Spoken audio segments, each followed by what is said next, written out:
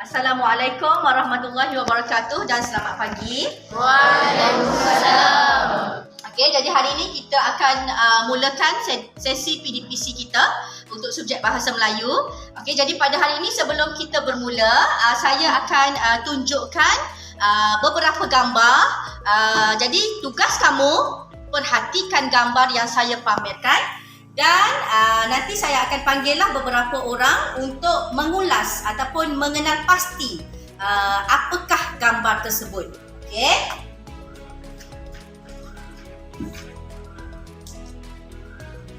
Gambar yang pertama. Okey, gambar rancang pertama. Kedua.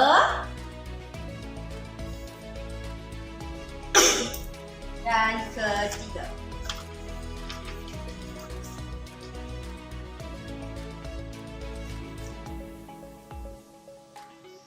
Okey, boleh nampak? Boleh. Saya minta orang yang pertama ataupun murid yang pertama untuk mengenal pasti mesin yang pertama ni. Okey, boleh Fahmi? Okey. Pada pendapat saya, mesin yang pada gambar pertama ialah mesin basuh pinggan. Mesin ini berfungsi dengan meletakkan pinggan dan cawan di dalam mesin dan kita hanya perlu meletakkan sabun dan air akan berfungsi membasuh pinggan tersebut. Kamu pernah lihat ke video simulasi macam mana pinggan ni dibasuh? Pernah? Ya, saya pernah lihat dalam video dalam YouTube. Terdapat video yang diletakkan dalam mesin tersebut dan kami dapat melihat cara pembasuhan sabun dengan cawan dan pinggan. Okey, terima kasih Fahmi. Okey, semua jelas? Jelas. Gambar yang pertama ni adalah gambar mesin membasuh pinggan mangkuk. Okey, jadi ni menjadi idaman setiap wanita lah. Okey, gambar kedua, siapa boleh jelaskan? Saya Okey, bagus Arifah. Okey. jadi mesin kedua ialah mesin untuk melipat baju. Okey. Bagi pendapat saya, mesin ini digunakan untuk memudahkan urusan ibu-ibu melipat baju. Okey, termasuklah saya. Ya. Okey, terima kasih Arifah. Okey, kalau kamu tengok ni adalah hasil dia lah. Hasil daripada terciptanya mesin melipat baju. Nampak tak? Tinggi ni. Okey. Jadi dia boleh menjimatkan masa lah sebenarnya. Okey, kemudian yang ketiga. Siapa? Aisyah boleh? Okey, Aisyah. Yang ketiga. Pada pandangan saya, gambar yang ketiga itu menunjukkan mesin pencuci sate. Okey, ni nampak tak? Warna merah-merah ni adalah daging yang telah diiris kecil-kecil.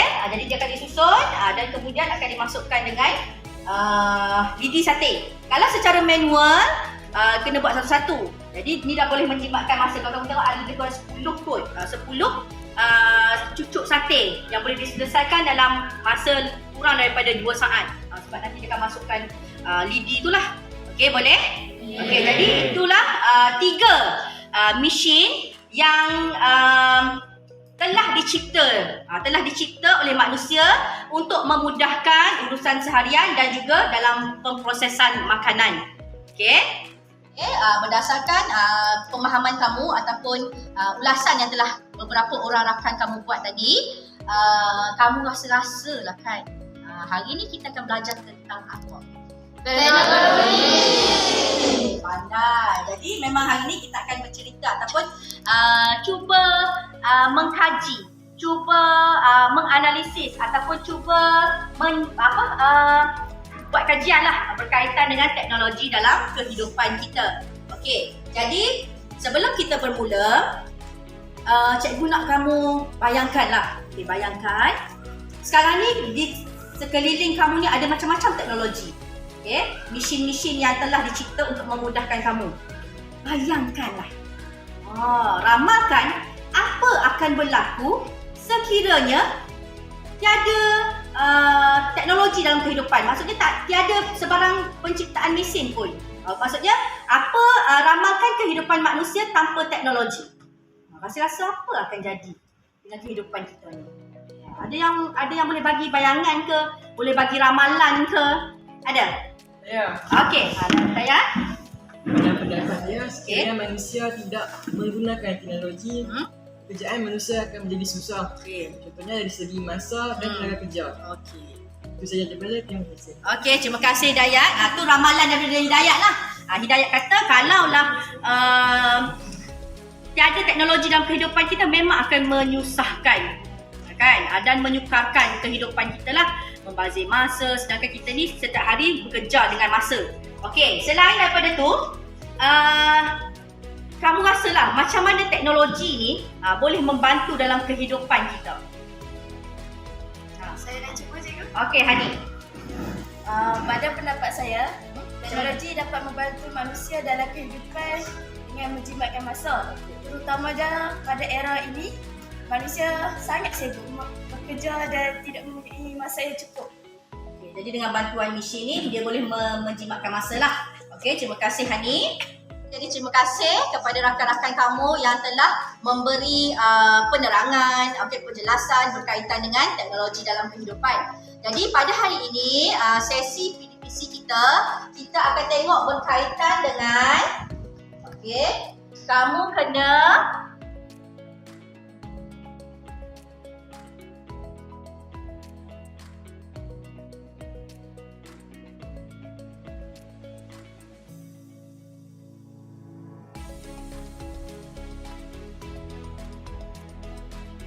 ini bermakna gerak kerja ataupun aktiviti kita pada hari ini saya akan laksanakan secara berkumpulan.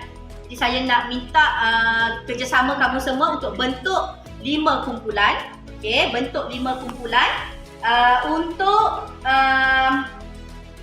kita laksanakan satu projek sains. Okey, projek sains tu hari ni kamu kena cipta satu mesin ataupun produk mesin lah, mesin ataupun satu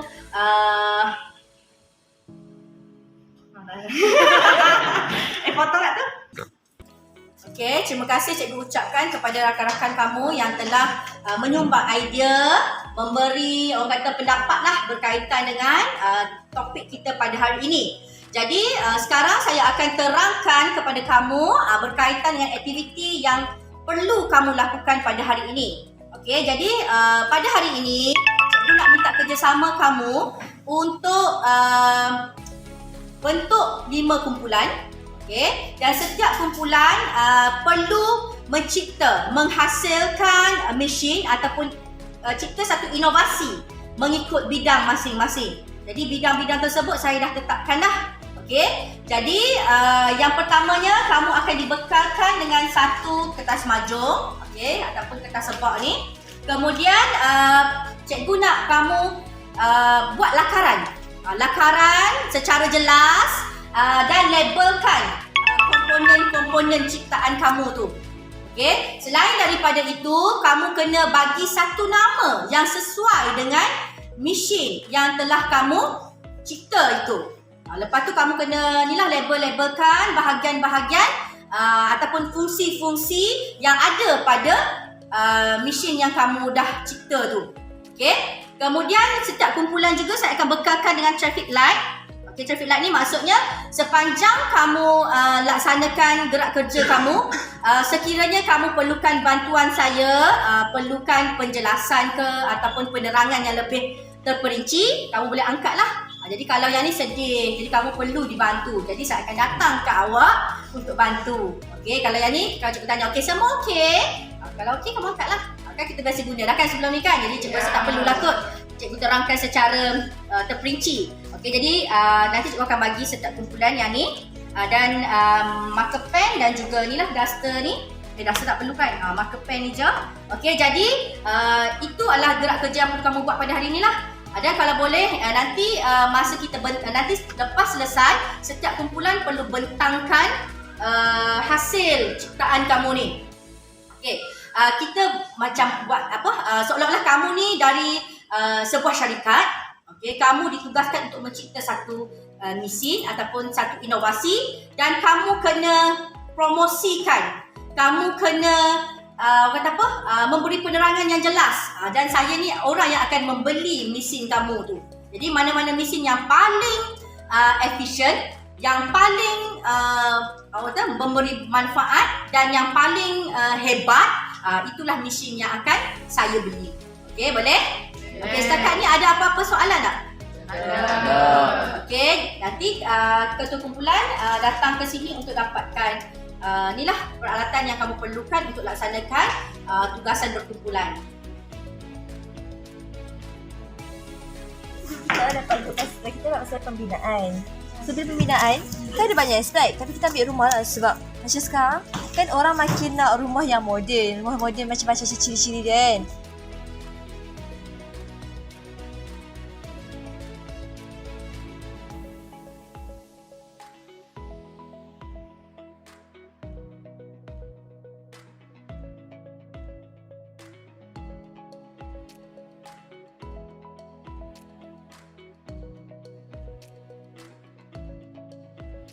Tadi kita dapat tajuk pengangkutan tau. So kiranya kita kena buat satu pengangkutan baru untuk masa hadapan.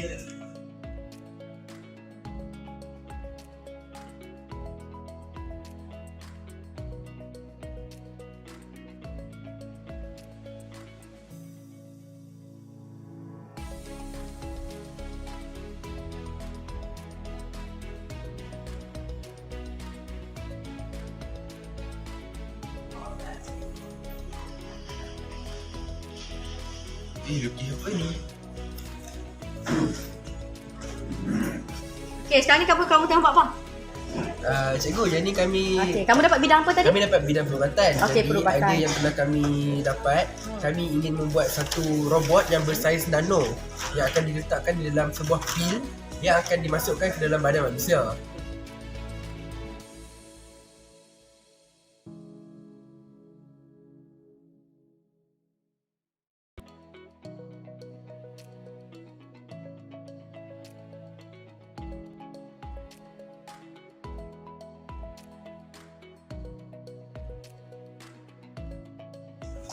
Bagusnya. Siap dah? Ya. Okey, kamu bidang apa tadi? Komunikasi. Nanti kamu tulis satu lagi dalam bidang komunikasi. Ni nama ni kan, nama produk tu, nama mesin tu. Jadi kamu buat apa ni? Kami buat kad cikgu. Kad, smart card lah. Kad tu bila tekan dia boleh jadi phone. Oh.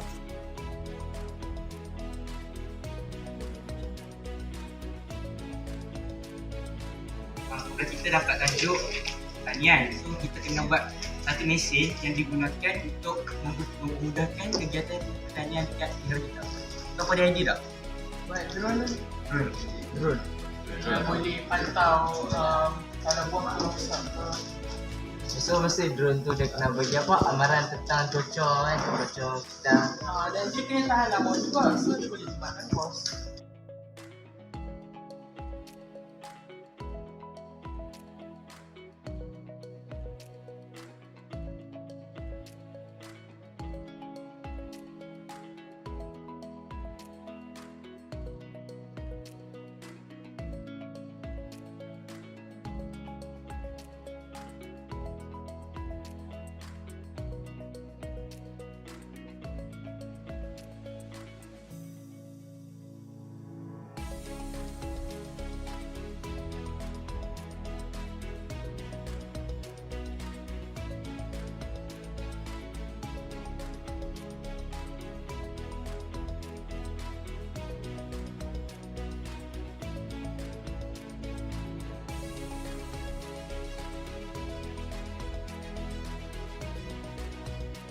Okey, jadi alhamdulillah selesai 40 minit yang telah saya berikan kepada kamu semua untuk membuat lakaran dan sedikit orang kata apa label lah pelabelan pada komponen-komponen ciptaan kamu tu. Okey.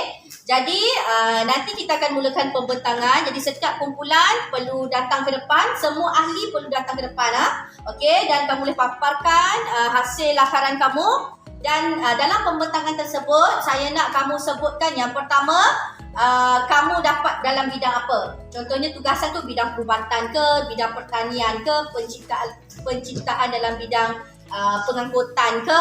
Okey, kemudian kamu kena perkenalkanlah hasil rekaan kamu tu. Dan cikgu dah bagi tahu tadi, mesti bagi satu nama lah kepada mesin kamu ni. Apa nama khusus dia. Okey, kemudian cikgu nak kamu terangkan fungsi setiap komponen yang ada pada ciptaan kamu tu. Tak mau tiba-tiba letak tangan. Apa fungsi tangan tu? Tak ada fungsi pun cikgu. Maksudnya setiap komponen yang kamu letak pada ciptaan kamu tu mesti ada fungsinya yang tersendiri dalam membantu dia melaksanakan tugasnya lah. Okey. Kemudian kamu kena bagi tahu apa kelebihan. Okey, apa kelebihan mesin kamu ni berbanding mesin-mesin yang lain? Apa yang kamu dah buat, orang kata apa? Apa yang kamu dah upgrade pada mesin kamu ni? Okey, dan lagi cantik ataupun kamu boleh nyatakan apa kelemahan yang ada pada bidang tersebut, bidang kamu sekarang tu yang memberi ilham kepada kamu untuk mencipta mesin yang terbaru ni. Okey, boleh? Okey, jadi kita akan mulakanlah pembentangan untuk hasil inovasi yang telah kamu reka, yang telah kamu cipta untuk bidang yang telah ditetapkan ni. Okey?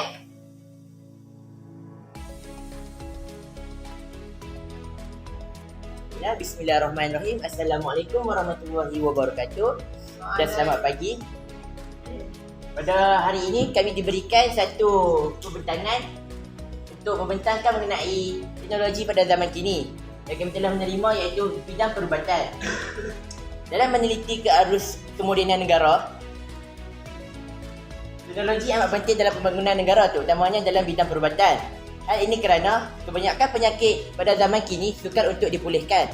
Oleh itu, kami telah membina ataupun mereka satu nanoteknologi, iaitu microbot, di mana microbot ni akan diletakkan di dalam satu pil, iaitu pil seperti ubat, seperti Panadol, dan akan dimakan oleh manusia. Jadi berikut merupakan prototipe yang telah kami lakarkan untuk microbot. Jadi komponen yang pertama iaitu laser. Laser ini dia bertindak sebagai untuk menembusi bahagian-bahagian yang tidak boleh ditembusi. Sebagai contoh, arteri ataupun urat-urat yang mempunyai ledakan atau yang telah tersumbat akan ditembusi oleh laser ini. Seterusnya yang kita dapat lihat daripada komponen microbot ini adalah sensor. Sensor bertujuan untuk mengesan ataupun untuk mencari masalah yang berkaitan dalam badan, terutama dalam masalah kesihatan. Yang kedua, kita mempunyai pengambilan sampel. Pengambilan sampel yang dikhususkan untuk mengambil sampel darah untuk meneliti tentang kadar gula dalam darah. Kemudian komponen tangan ini ianya ialah untuk tugasan memotong. Contoh tugasnya ialah seperti memotong tisu yang sudah rosak. Walaupun nampak tumpul, ianya sebenarnya tajam disebabkan saiznya. Kemudian komponen kakinya ialah untuk mekanisme pergerakan. Kakinya juga begitu rapat dengan sensor kerana ia menggunakan pertolongan sensor untuk melihat destinasi yang ia tujui. Okey, prototipe ini dia akan berada dalam badan manusia itu ataupun pesakit itu selama 18 bulan. Selepas 18 bulan, prototipe ini akan berpecah menjadi satu bahagian dan dikeluarkan melalui proses semula jadi, iaitu penyahtiaan. Okey, kesimpulannya, projek kami Microbot dia boleh memberi sumbangan yang besar dalam teknologi perubatan negara kita. Sekian, terima kasih.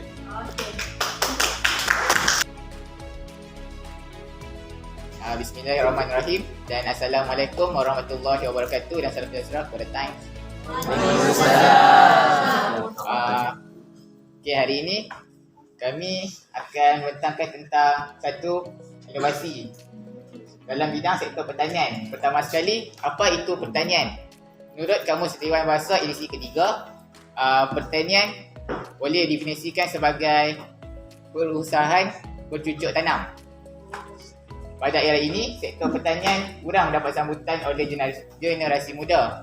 Berbagai punca ataupun faktor sektor ini kurang mendapat sambutan. Antaranya ialah generasi muda berpendapat bahawa sektor ini memerlukan tenaga kerja yang terlampau banyak. Contohnya, membaca tanaman, mengutip hasil tuai dan sebagainya.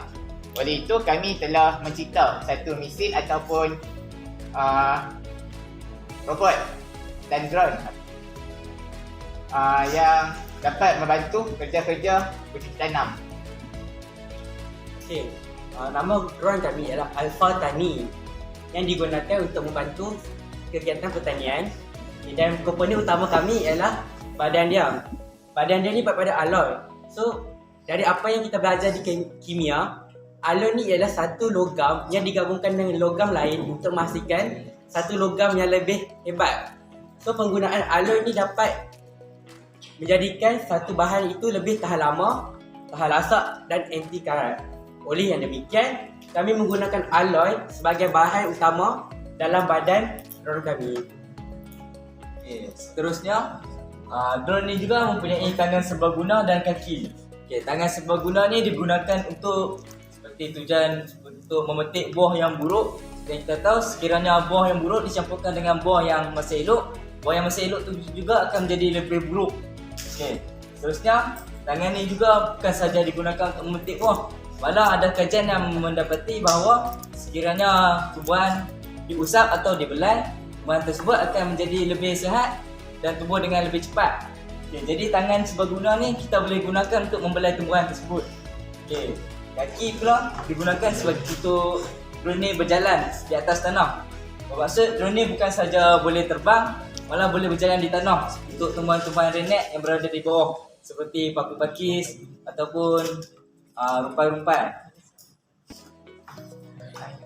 Baiklah, seterusnya Alpha Tani juga mempunyai pembesar suara. Jadi pembesar suara ini ada dua fungsi, iaitu yang pertama, Alpha Tani akan memberikan amaran awal kepada para petani. Jadi para petani dapat peka dan cakna untuk membuat persediaan awal sebelum menghadapi musibah tersebutlah, seperti banjir ataupun musim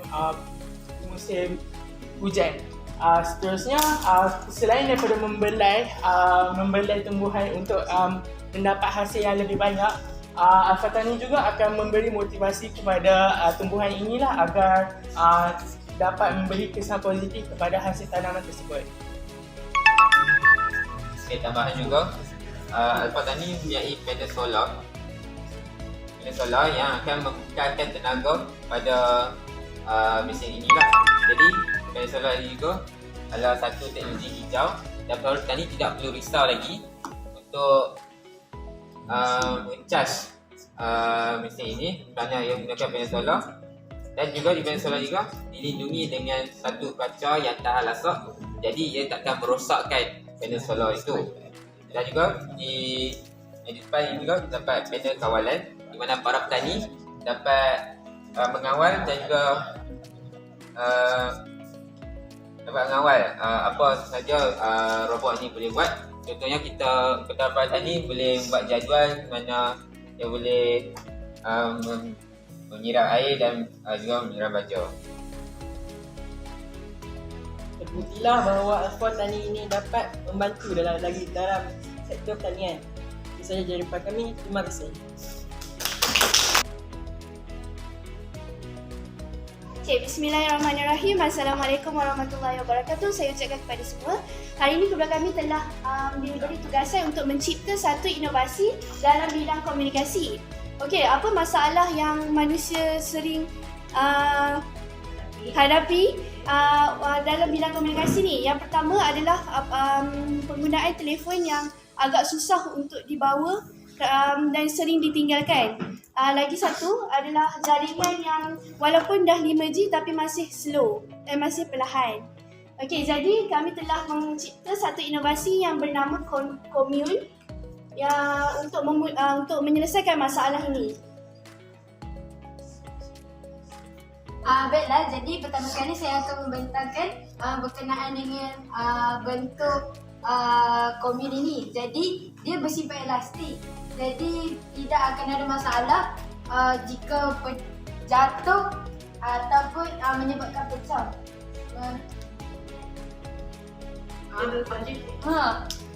Seterusnya ia bersifat ringan kerana ia hanya terdiri seperti kad.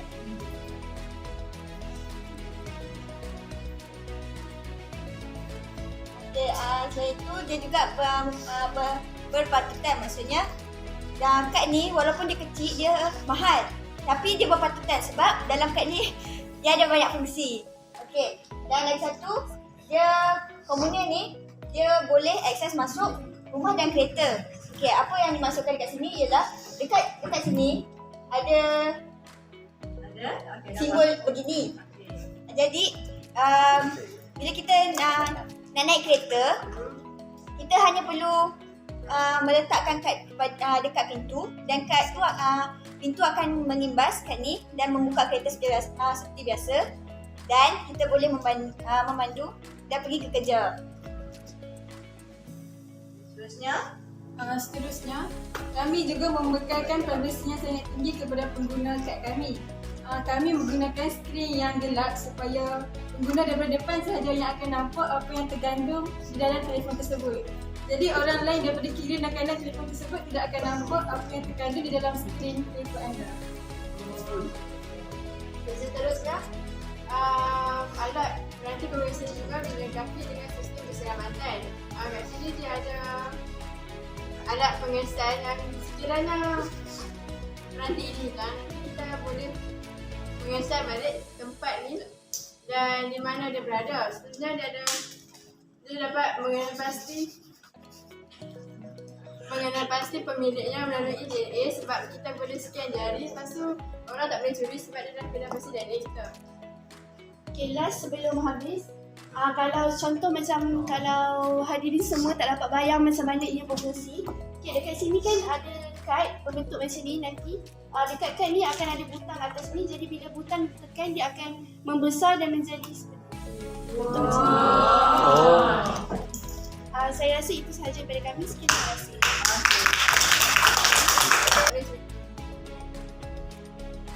Ramai 1.35 juta rakyat Malaysia telah mati akibat kemalangan jalan raya dan sebanyak 59% merupakan daripada penunggang motosikal.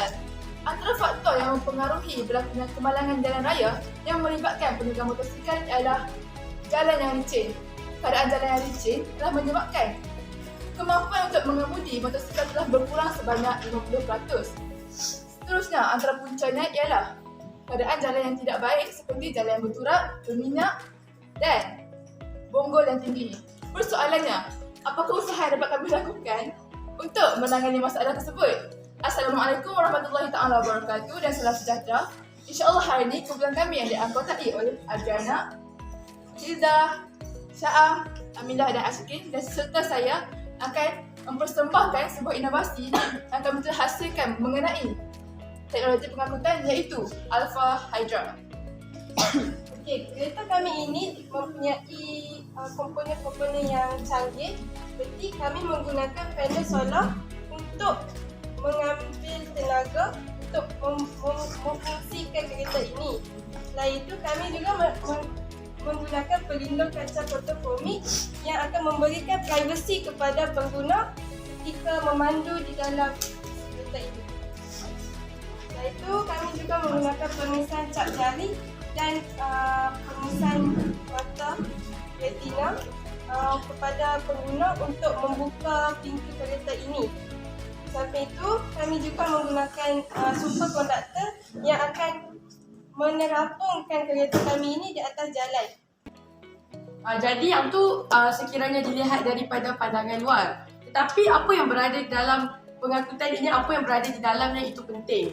Jadi pertama sekali kami telah menggunakan tempat duduk kulit. Jadi kegunaan untuk tempat duduk kulit ini sekiranya berlakunya pertumpahan air dapat dibersihkan dengan begitu mudah. Kemudian kami juga mempunyai lampu untuk digunakan ketika waktu malam. Dan akhir sekali juga steering. Dan steering kami diinspirasikan daripada bentuk motosikal. Jadi dia macam ni. Okey, jadi apa kelebihan Alpha Hydra berbanding kereta yang ada di pasaran sekarang? Okey, jadi terdapat beberapa kelebihannya. Yang pertama sekali ialah smart glass ini. Jadi smart glass ini diinspirasikan dari tandas Jepun, iaitu sekiranya kita menguncikan ini, kita keadaan kaca itu akan berubah daripada clear ke translucent, daripada jernih ke legap. Okey, itu merupakan teknologi smart glass yang telah kami gunakan. Selain itu, untuk keselamatan pengguna kami juga telah menggunakan bukan satu tetapi dua ciri keselamatan untuk mengenal pasti tuan kereta ini, iaitu retina serta pengesan cap jari. Okey, jadi selain daripada itu, kita juga dapat menjimatkan sumber alam. Seperti hal ini kerana kereta pada zaman sekarang menggunakan sumber petrol untuk menjana kuasa. Tapi kami tidak. Kami ada 3 dalam 1, iaitu panel solar, elektrik serta pengesan haba di bawah ini. Okey, jadi bukanlah amat-amat berbaloi, tetapi bukan itu saja, ada lagi.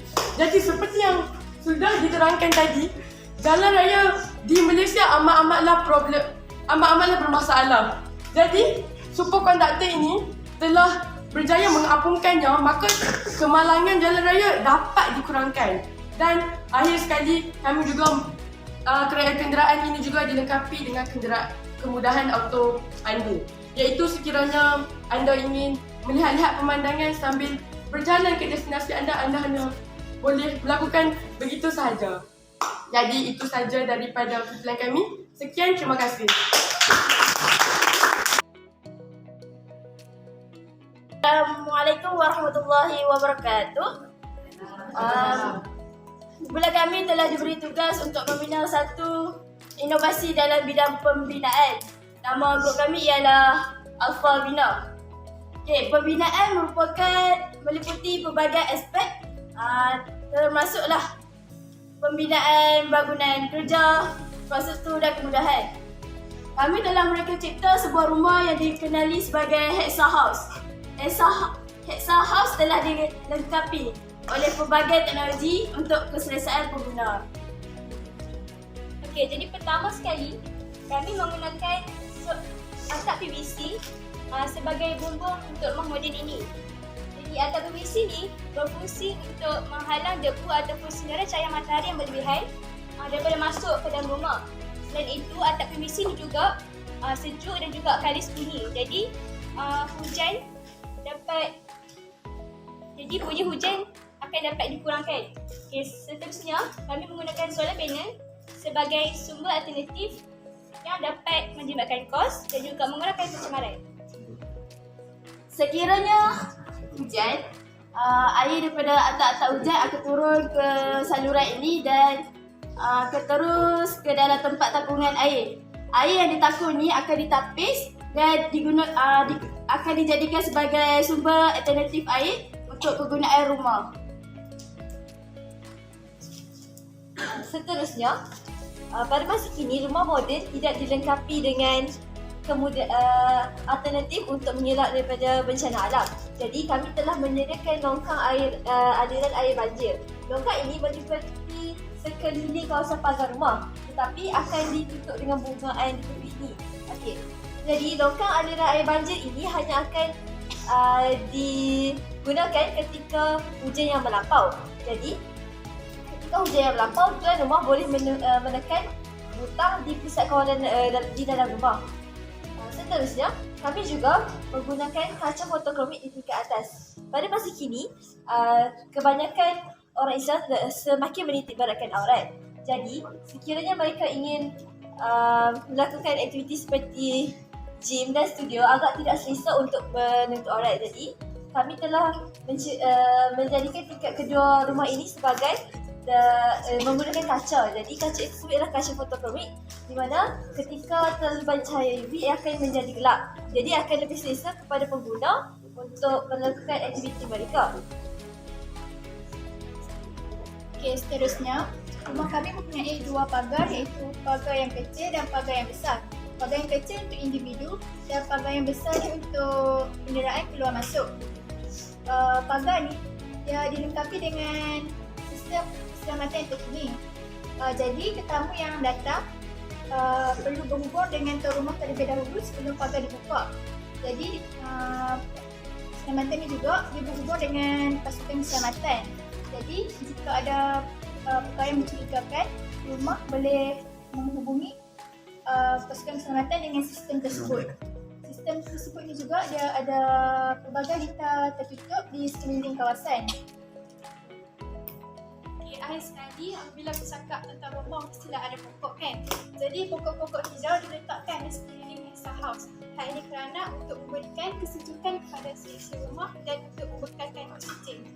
Kesimpulannya, teknologi memainkan peranan penting dalam pembinaan untuk memastikan keselesaan pada pengguna dan untuk menjamin kemajuan negara pada masa akan datang. Itu sahaja pada kami.